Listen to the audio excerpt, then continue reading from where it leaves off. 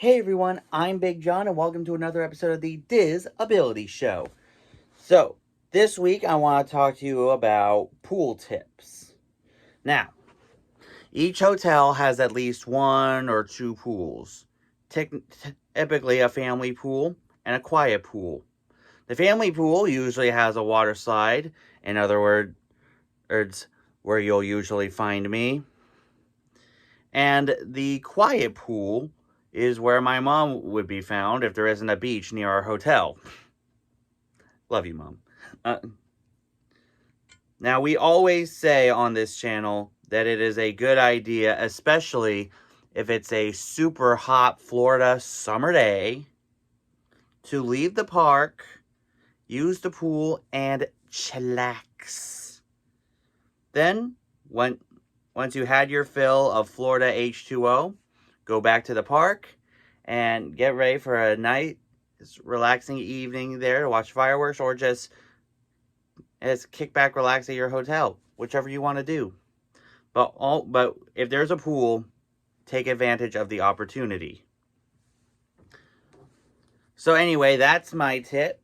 Let me know in the comments if you have any questions on how to do Disney for people with disabilities. Then I'll make sure it gets to a future episode. Now it's time for this week's Top 5. So, the Disney 100 Years of Wonder is officially underway, which for those of you who don't know, that is the 100th anniversary of the Walt Disney Company, which would not be possible without Walt himself. We know he'd be proud of how the parks, especially Disneyland, are today, especially with Bob Chapek on. And some of the attractions at the park, Walt used to ride himself. So this week, we are going to cover my top 5 Walt rides. These are rides that either Walt himself rode or was involved in the Imagineering on. All right, number 5, the Disneyland monorail, the very first daily operating monorail system in the Western Hemisphere, I might add. Now, there is a funny story on the day that the monorail opened. So on hand to officially open it was Vice President and Nixon and his family, but there was a little bit of a problem with the big scissors. They were unable to cut the ribbon, so what Walt did, he took the ribbon like this and he snapped it, and there you go, and the rest was history. But yeah, the monorail is very popular, especially at Walt Disney World. But of course, Disneyland is where the OGs started. Thank you, Walt. Number 4, the Jungle Cruise. Now, the Jungle Cruise wasn't always the joke skipper or that we know today. The skippers used to actually teach us stuff. I know, it's kind of hard to believe, don't you think? But I digress. The Jungle Cruise. So, I think it was an Imagineer who started the whole, or one famous Jungle Cruise skipper that was telling jokes nonstop, and Disney liked it, and they decided to put all that into the spiel and have all the skippers tell jokes, which makes it to this day the Jungle Cruise that we all know and love.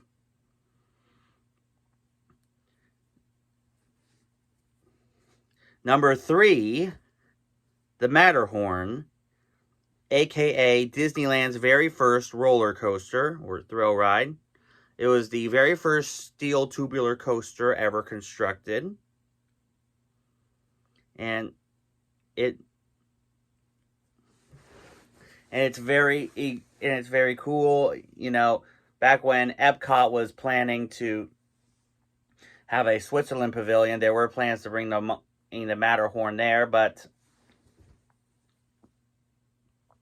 hey, we have Everest now, so so we technically have the Matterhorn. Technically. But of course, you gotta give props to the original Matterhorn. Number 2, Pirates of the Caribbean. The last ride that Walt ever worked on. He never saw it completed. It opened just a short time after his death, but I remember watching the Disneyland 10th anniversary special. The ride was originally going to be called the Blue Bayou Lagoon, but they thought it would be more appropriate that it be called Pirates of the Caribbean because you're in the Caribbean and there are pirates everywhere. But it's a great ride. No matter what coast you're on, Pirates of the Caribbean is a park staple. And my number 1 Walt ride, and people are sure going to kick me for this one, It's a Small World. This was one of the 4 rides that one of the 4 attractions, I should say, that Walt created for the 64-65 New York World's Fair, along with Magic Skyway, Carousel of Progress, and Great Moments with Mr. Lincoln. And It's a Small World was a salute to the United Nations Children's Fund. And over the years, the ride has changed, sort of, by adding Disney characters into the specific countries in the ride. We were supposed to get that in Florida for the 50th, but budgets and COVID. But these are all attractions that Walt was very proud of, and he is the man without whom none of this would all be possible. This studio would not be possible if not for the great Walt Disney. As we celebrate the 100th anniversary, Walt, if you're watching in heaven, thank you. So anyway, let me know in the comments what your favorite Walt ride is. So, speaking of things that are in heaven, this past Sunday we had to bid adieu to Walt Disney World's Splash Mountain.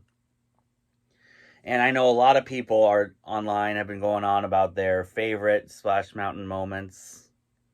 And I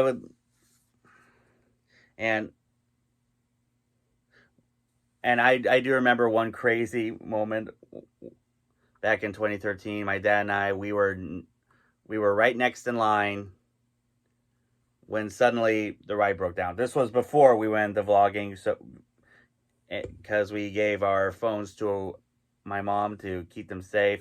She had no idea what was going on, and after we rode it, and when we came back in, she was in tears, but it was still one of the craziest moments. But I'm gonna miss. Yes. Am I sad that Walt Disney World has lost Splash Mountain? Yes. But will I be excited to ride Tiana's Bayou Adventure next year? Also yes. Because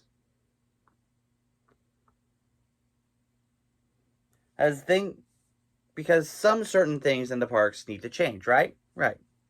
And also Disneyland's Splash Mountain has yet to have a closing date.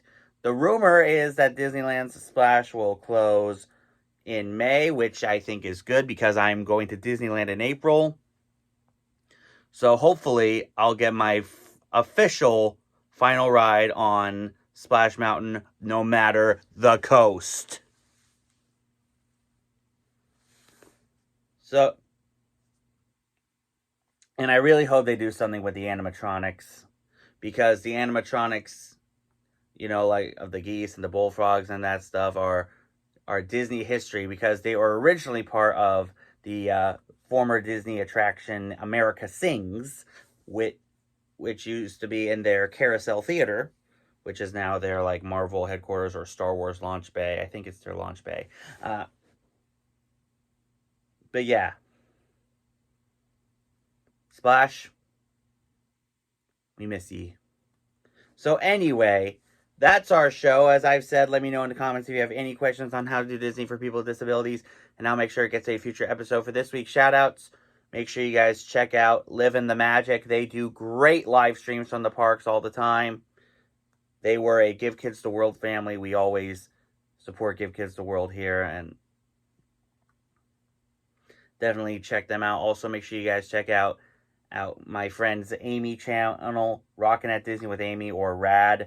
She does videos of some of the best entertainment, not just in Disney, but in Orlando in general. So definitely check her out. Also, make sure you guys check out Ear to Ear Magic. He also does great live streams from the parks.